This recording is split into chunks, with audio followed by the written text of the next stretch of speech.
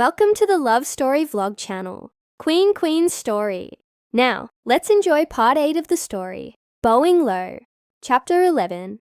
From Shindu traveling north to Yueyang would take more than half a month. Previously, Madam Chung had been sent here by Madam Tu to prepare the wedding for Wei Jiao. Now that the wedding was over, and the young lady was heading north, of course, Madam Chung would accompany her on the journey back.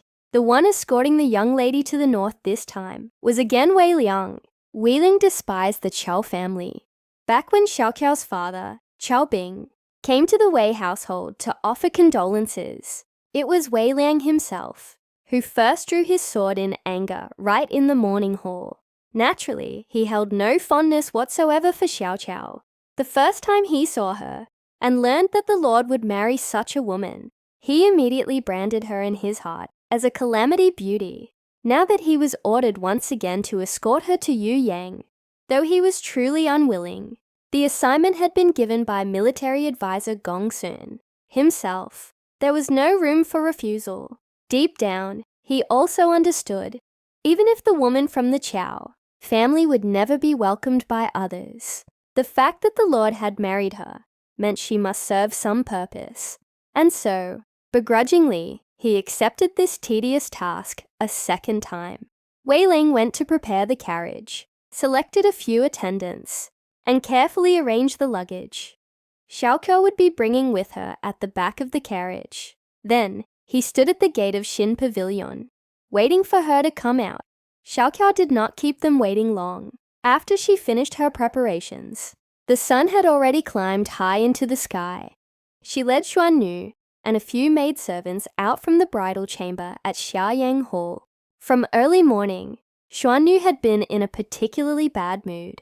Last night, dressing Xiao Qiao in ornate, wedding attire was appropriate to her new position as the Marquis's wife.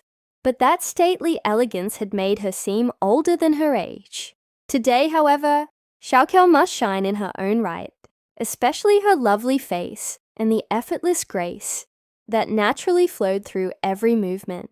Xuan Nu had raised her from childhood and knew better than anyone just how stunning Xiao Qiao could look. She styled her hair into a celestial bun, the immortal knot. All of her long hair was swept upward and fixed atop her head, pierced through with a jade hairpin, Xiao Qiao's favorite. Her sideburns were held in place, with a boyao adorned with a gemstone, the size of a thumb. That alone was enough. No need for excessive jewelry. Her face too required little makeup. The heavier the powder, the more it concealed her raw, natural beauty. Yesterday's heavy makeup was meant to match the bridal robes. But this morning, Xuan Nu merely brushed a touch of bluish green across her eyelids, painted a hint of red on her lips, and swept a soft blush across her cheeks. That was more than enough to make her face glow with a captivating brilliance. Xuan Nu also knew that the form-fitting dress, hugging the body closely and flaring out gently from the knees, was the most flattering style to highlight Xiao Qiao's graceful and delicate beauty. As the one who helped her bathe, Xuan Nu knew every detail of how her body had changed. Since last year, when Xiao Qiao first began menstruating, Xuan Nu had watched her transformation day by day. The soft bloom on her chest had quietly developed. Unlike the fuller curves people were used to, hers were daintier and more tender, more delicate than those of other women. It was the kind of beauty one could hardly imagine without seeing it for themselves. As the daughter of a regional lord, Xiao Qiao's frame was naturally smaller than the women here, most of whom had taller and broader builds. Moreover, she had only just come of age, her body not yet fully developed, and last night she had been wrapped in no less than 6 layers of ceremonial robes, both inside and out, completely hiding her actual figure. That was a far cry from the cruel remarks of those noble women this morning, who sneered that she was nothing but skin and bones, too thin for the Marquis of Wei to even love. The Marquis of Wei they spoke of had already missed his chance to see clearly. Didn't they know? Xuan Nu couldn't help but curse under her breath for the second time. She had chosen a bright red Kuju robe for Xiao Qiao today, cinched at the waist with an intricately embroidered sash wound several times around her. The hem flared out in soft pleats that swayed with every step. She adjusted the sleeves behind her carefully. Because the wind was harsh and the weather cold, she draped a soft, pale pink fur-lined cloak over Xiao Qiao's shoulders. The cloak wasn't overly ornate, just a single plum blossom branch embroidered near the edge of the front panel. When the hood was pulled up, it kept her warm while still preserving her elegance, without diminishing the brilliance of her appearance. This type of attire made up the majority of the wardrobe. Xiao Qiao had brought with her every piece of high quality, neither overly simple nor extravagantly luxurious, perfectly befitting the new wife of a noble lord. As she stepped out into the wind, the jade hairpin in her hair and the delicate earrings sparkled under the sunlight. Her skirt swayed gently, her eyes clear and radiant. With every graceful step, she seemed to glow, so dazzling that from a distance, she looked like a goddess standing over the Luo River, indescribably beautiful. Even the drab grey courtyards of winter seemed touched by the colours of early spring just by her presence. As she walked, many turned their heads to look.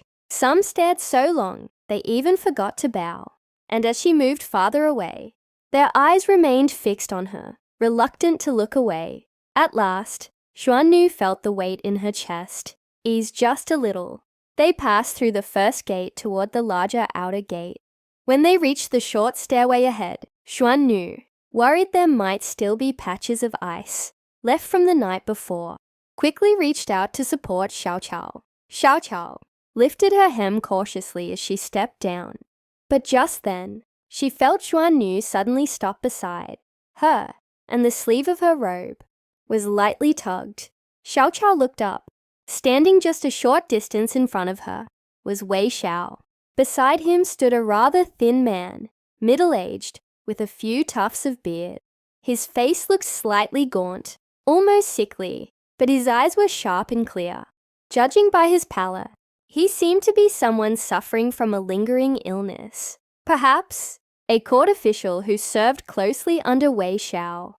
Xuannu had heard of him before. There was a trusted strategist by Wei Xiao's side named Gong Sun Yang, someone he deeply valued and kept close at all times. So when she saw a middle-aged man standing beside him now, she immediately guessed that this must be the one. Judging by their appearance, it seemed they had just passed by and happened to run into her, and Xiao Qiao at that very moment. Xiao Qiao saw Wei Xiao glance her way. Her face showed only a hint of emotion, just a subtle flicker. Before, she carried on walking as though nothing had happened. When she came closer to him, she smiled softly and greeted him with two simple words. Husband. The middle-aged man beside him bowed with clasped hands and introduced himself. My surname is Gong Sun, given name Yang, he said with a respectful smile. I serve as the Sima of Military Affairs, under the Marquis. He smiled the entire time he spoke to her, his demeanor both courteous and refined. Xiao Qiao maintained her gentle smile as she nodded to Gong Sun. Yang returned a few polite inquiries. Then, turning to Wei Xiao, she said, I must take my leave now. From this day forward, I will no longer be by your side to attend to you. Please take care of yourself. With that, she bowed low in farewell, then turned away and left, without looking back at him even once. Wei Xiao appeared momentarily stunned. His brows knit faintly as he stared at her retreating figure.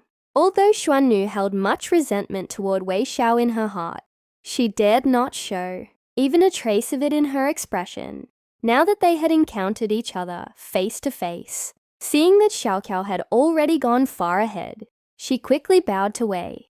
Xiaoan gave a polite nod to the man with the compound surname, Gong Sun, before hurrying to catch up. Lord Marquis, Gong Sun Yang spoke up, once Xiao Qiao had disappeared from view. Are you truly not going to escort your lady out of the city? He tried to persuade him once more. If I may speak freely, perhaps it would be best if you accompanied her out, just for a short distance, according to the rites of the Zhou. Even if this marriage is based on political alliance, it is still a matter of propriety and respect. The wedding was just held yesterday, and today she is already being sent north. Even if it's because of pressing military affairs, it's only a few steps outside the city gate. No matter how busy you are, surely you can spare that much. Otherwise, I fear the people of the city will begin to speculate. Outside the main gate, Xiaoqiao was met by Wei Liang and Madame Zhong. They bowed deeply to her. She walked toward the waiting carriage. Wei Liang and the others resumed their places, readying for departure. Just as they were about to set off, they saw Wei Xiao emerging from the gate. They quickly stepped forward to greet him with respectful bows. "Prepare a carriage for me," Wei Xiao said. "I'll escort her out of the city myself." Xiaoqiao was already seated in her carriage when she suddenly heard Wei Xiao's voice behind her. Curiosity got the better of her, and she lifted the curtain slightly to glance outside. He was standing on the steps, instructing his attendants to bring his horse. His profile was turned in her direction, as if deep in thought. Perhaps sensing someone watching him, he turned his head, and their eyes met. Startled, Xiaoqiao quickly pulled back, letting the curtain fall with a soft snap. The carriage began to move forward, heading onto the main road. At this hour, the streets were gradually becoming more crowded. Passers-by noticed a procession of carriages coming from the direction of Xin Palace. In the center was a large, ornate carriage, flanked by guards in front and behind. Wei Xiao rode his horse close alongside it. As the crowd grew curious and began to gather, they started calling out to the marquis. As the procession turned onto another street, the number of onlookers increased. Somewhere along the way, the news had spread. The woman riding in the carriage was the newlywed marchioness. Because of the urgent military situation, the marquis was sending her back north, the day after their wedding. Though clearly reluctant to part with her, he had no choice but to personally escort her out of the city. What had started as a solemn scene now stirred emotions among the townspeople. Some began calling out respectfully to the woman inside the carriage, even though she had not yet revealed herself. Others soon followed, voices rising in waves. Inside the carriage, Xiaoqiao heard the respectful greetings and well wishes from outside.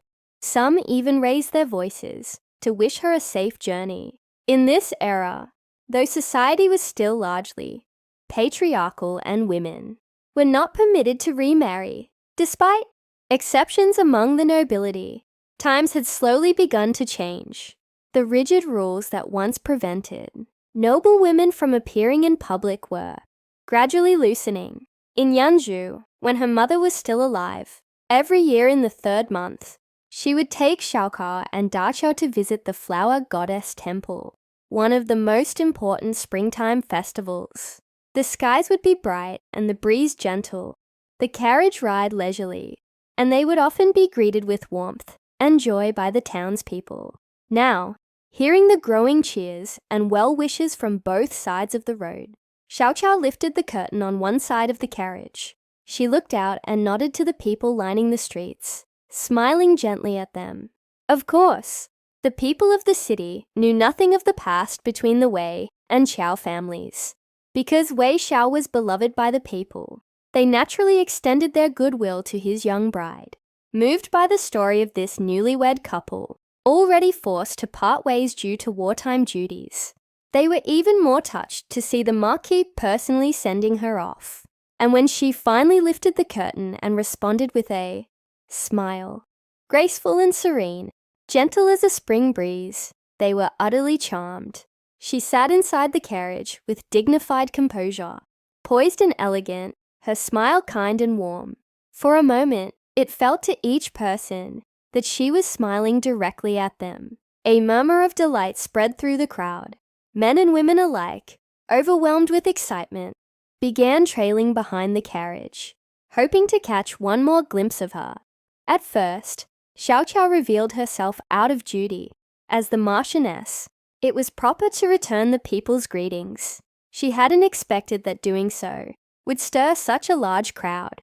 From far ahead, more people were running over to join the send-off. Fearing that things might get out of hand, she gently raised her hand to signal to the nearby crowd, quietly gesturing that there was no need to follow. Then she let the curtain fall and disappeared from view once more.